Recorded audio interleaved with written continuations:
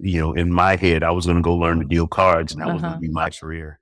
And God said, nope, slam that door and open this acting door.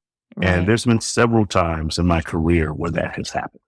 This is the Faith and Family Filmmakers podcast, helping filmmakers who share a Christian worldview stay in touch, informed, and inspired. Quiet on set. Rolling. Your hosts, Geoffrey and Jaclyn Whitt. Hey there, welcome to the Faith and Family Filmmakers podcast with Geoffrey and Jaclyn Whitt. We're happy to be with you today, and we have a special guest, Mark Christopher Lawrence. Mark Christopher Lawrence has been nominated for 2 Emmy Awards for his work on the short film The Flourish and on his co-produced short Stacks. Mark Christopher Lawrence is a recipient of the San Diego Critics Circle Craig Knoll Award for Outstanding Actor of the Year. He's a national headliner that has worked with the likes of Sinbad, Jerry Seinfeld, Rodney Dangerfield, and Jeff Foxworthy, as well as having headlined clubs and colleges and churches all over the USA and Canada. You may have seen him in Bringing Back Christmas, Fragment Oblivion, or you may recognize him as Big Mike from the NBC TV series Chuck. Mark Christopher Lawrence has been in several other productions and is currently in pre-production on several projects as a writer and or producer. And don't miss his dry bar comedy special, Mark Christopher Lawrence, Clean Outta Compton. Welcome to the podcast. Thank you. Hey, Mark, it's great to meet you. Actually, our first experience and introduction to you was as Big Mike in Chuck. The interesting thing is we really enjoyed the show, and I think we were down to the final few episodes. I don't remember how many because it was a few years ago when, we were getting towards the ending, maybe 2-3 episodes, and it got discontinued from Netflix. Pulled off of, when they removed it or whatever. So we didn't get to see the ending. Oh, yeah. But it was I think a great it's still show. playing somewhere, like Amazon or something. Yeah, we'll have to find it. Yeah, we'll have to watch that ending. So, Mark Christopher, how did you get into acting? Was it something you started as a child? Is it something that, in your teens, you were like, this is interesting? Where did it start for you? I had an English teacher in high school who, let me start like this. I didn't want to go to my high school. Okay. I wanted to go to another high school because they had a better football team. And my mother was like, well, your brother went there, your sister went there. It's good enough for you. Right, right. She didn't want to jump through the hoops to find an address, somebody that she knew in that area for me to go there. And so I get there and, you can take the English proficiency exam before you get to high school. And so I'm in the top English class. And there's a bunch of brainiacs in there. And I was an athlete, and athletes would pass by and look in there. What are you doing in there? Apparently I can read.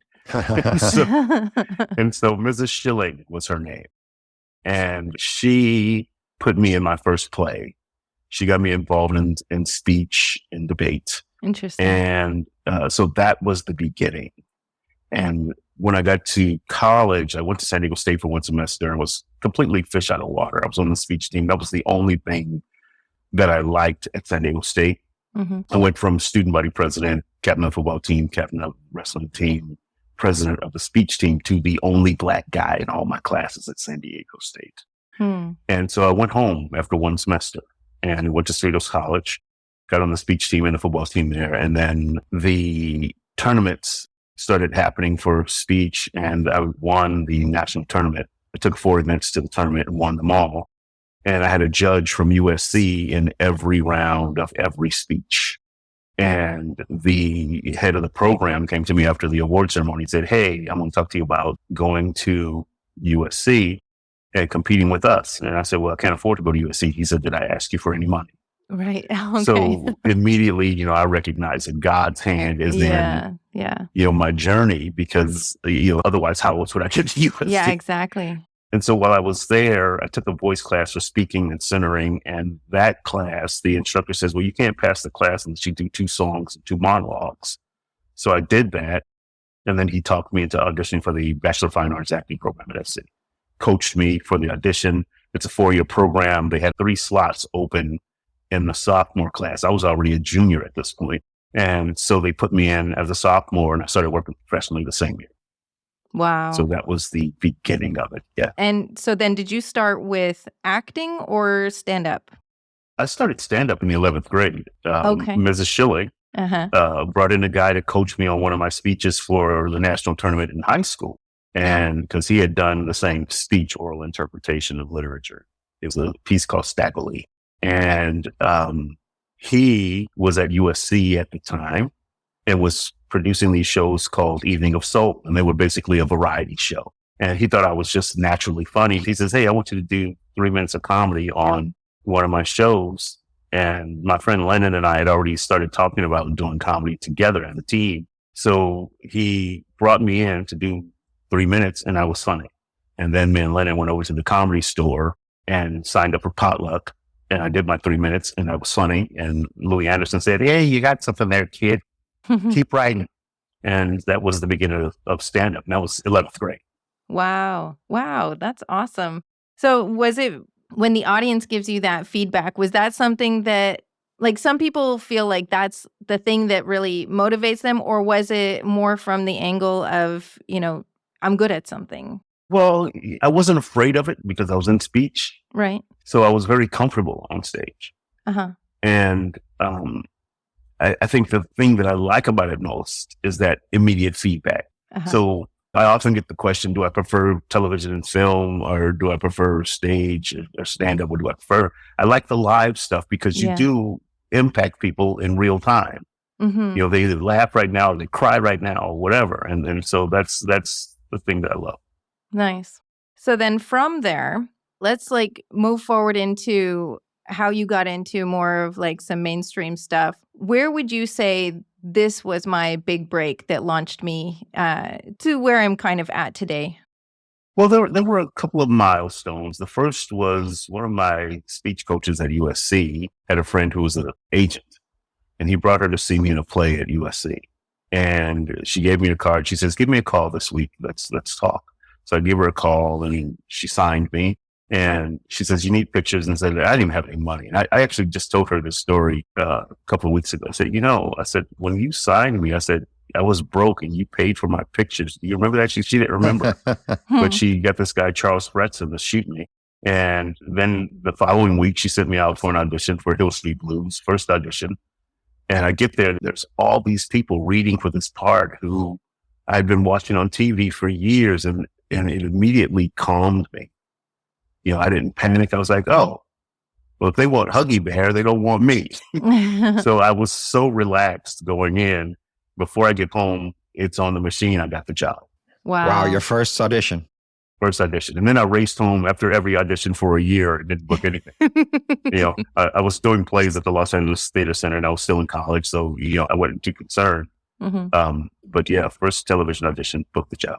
Interesting. My next question was going to be, were there God moments along the way? But I kind of feel like this is kind of one of them, even having someone that saw the talent in you and invested in you by paying for your photos.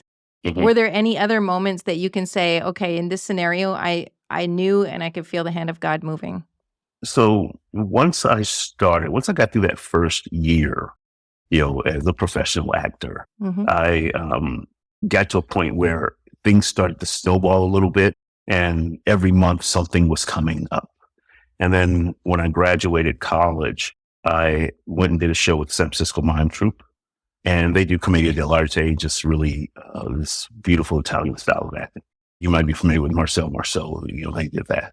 And after that show was over, I went home, and a couple of months went by, and I didn't have a job. I was like, man, what am I going to do? Mm-hmm. So I went up to San Francisco and did the San Francisco comedy competition, and I got into semifinals. And I was like, oh, okay, I can make this work as a day job.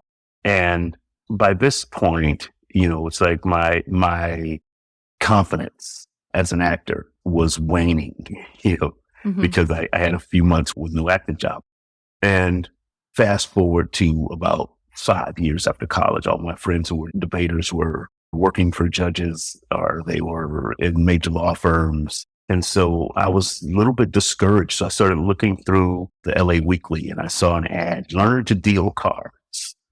And, okay. We have placement in Vegas and Monaco and Reno. So I go in, audit the class. You can audit the class. It's $499 if you want to take it. So I audit the class, and before the first break, suits come in and shut the class down. Apparently, they were laundering money through this class. Oh, wow. And so then I was like, wow. And the last audition I had prior to doing that was for Terminator 2. And this was like 2.5, almost 3 months later, and I hadn't heard anything, so I knew that I didn't get it. And then a couple of weeks later, I get a call from the wardrobe designer for Terminator 2 saying, "Hey, I need your sizes." And I was like, "What is this for?" I had been auditioning a couple of months. She goes, "Oh, it's Terminator 2. I was like, "Oh." And so I called my agent up there, got off the phone with her and said, "Hey, I just got a call from wardrobe at Terminator 2. They want to give me a job, I guess." She says, "Yeah, we're on the phone with them right now." And so that was the moment for me that I clearly saw God's hand. Because, in my head, I was going to go learn to deal cards and that was going to be my career. And God said, "Nope, slam that door and open this acting door." Right. And there's been several times in my career where that has happened. Wow. That's why it's so good to pray. Like, God, close the doors you don't want me to walk through and open the ones that you do. And, I'm ready to be obedient. That's amazing. Can you imagine if you had gone to deal cards? Like, your life would have been completely different. Completely different. Yes. And you think about that sort of stuff and go, clearly when I look back, I see God's hand in that. Mm-hmm. And at the time, I wasn't really back in church. It's like when I grew up, my mom, if you lived there, you were going to church no matter what. Mm-hmm. And I got to college and I was like, well, I'm grown. I don't have to go to church if I don't want to. Uh-huh. And then I felt, later that something is missing in my life. Mm-hmm. And that's what it was. It's like I had to get back into church and get back into situations where there were like-minded people. Yeah. And actually, I have heard you do some inspirational speaking. I've heard you do stand-up because you do both. It seems like you don't just do inspirational. You're bringing in the comedy and everything. So there's like the range of emotions, which is beautiful.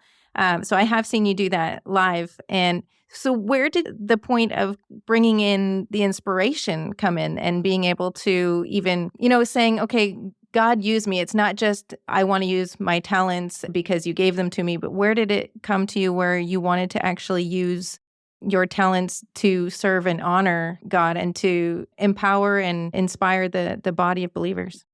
Well, once I got back into church, it's like there came a time where it's like, okay, is my comedy, what it should be? And I really started cleaning my comedy up, and to do that, I got myself booked on a cruise it was the Cruise for a Cause. I think it was outreach events that booked me there. And I started going Squeaky-Clean. I was like, okay, I need an hour church clean. Mm-hmm. So I had 6 months before this cruise to do that. And so I was in the clubs every night here in San Diego and really working on getting my act clean. And by the time we got there, I was good to go. And so that's just been my way. Although I was clean anyway, because I started doing comedy in 11th grade. It's like, I couldn't do dirty comedy. My mother would lose her mind. Right. So it was that event that really pushed me. In fact, after the quarantine period during COVID, my first show after things started opening up a little bit was for a church. And I'm on stage. They have a big tent in their parking lot. There's 250 people or so. And I'm doing it. They got popcorn. They've got like blankets because it's kind of chilly out. Mm-hmm. And so I'm doing my act and I had this shiny watch on. I couldn't see what time it was because the light kept hitting and I couldn't tell how long I'd been up there. I was like, how long have I been up here? Keep going. So I just keep going until I ran out of jokes. And so after it was over, I asked a friend of mine who was there, I said, how much time was that? He goes, that was like an hour and 28 minutes. Wow. He says, you have an hour and 30 minutes church clean. Wow. That's awesome. Yeah, it was fun. Yeah, I saw you in a church. That was where we saw you. We were in Canada at the time in, I think it might have been Clausen's Abbotsford or Langley, somewhere around there. Yeah, Abbotsford sounds familiar. Yeah. So that was cool. And we loved watching you in Sleeper Agent. Yes. Sleeper Agent. I've actually seen that more than hilarious. once. Yes, I've seen it multiple times. Yeah, they're talking about doing another one. Yeah. Uh-huh. So yeah, they are. That would be fun. If you're enjoying this conversation with Mark Christopher Lawrence, make sure you check back tomorrow for part 2 of our interview. We'll have some great advice for actors, insights for producers on what makes an actor want to work with you again, and a whole lot more. Part 2 was recorded as an exclusive members episode, but since then, all members episodes have been made available to you for free. If you'd like to support the production of this podcast, you can simply go to faffpodcast.com/support and leave a tip. So as we're coming to the close of our first portion of the interview here, do you have any final thoughts for our listeners? Well, I think the main thing is because of where we are in the world today. I mean, it's like if you look at the things that are happening in and amongst the world, we are living in biblical prophecy. Yeah. And so I would encourage people to just love on each other and be kind to each other and, know that we're going to rejoice in heaven soon. Amen. Amen. Thank you so much. And also, let's take a moment and tell us, do you have any links that you would like to send our listeners to, places they can consume some of your content? Probably the best thing is to go to my website, markchristopherlawrence.com. All of my social media links are at the bottom. Okay. And I have comedy and an acting reel on my website as well. And they could actually send me a message through my website, and I generally respond. Awesome. Cool. We'll make sure we put the link to that in the show notes as well. And it's been great hearing a little of your history, and we'll look forward to talking more in the second half and get a little deeper perhaps on some of the faith-based films that you have been in and what you've got coming up. Cool. Awesome. Thank you. Thank you. Thanks for listening to the Faith and Family Filmmakers podcast. If you would like email reminders about newly released episodes and more, please sign up at faffpodcast.com/email. That's faffpodcast.com/email. Bringing filmmakers together for faith and family. That's a wrap.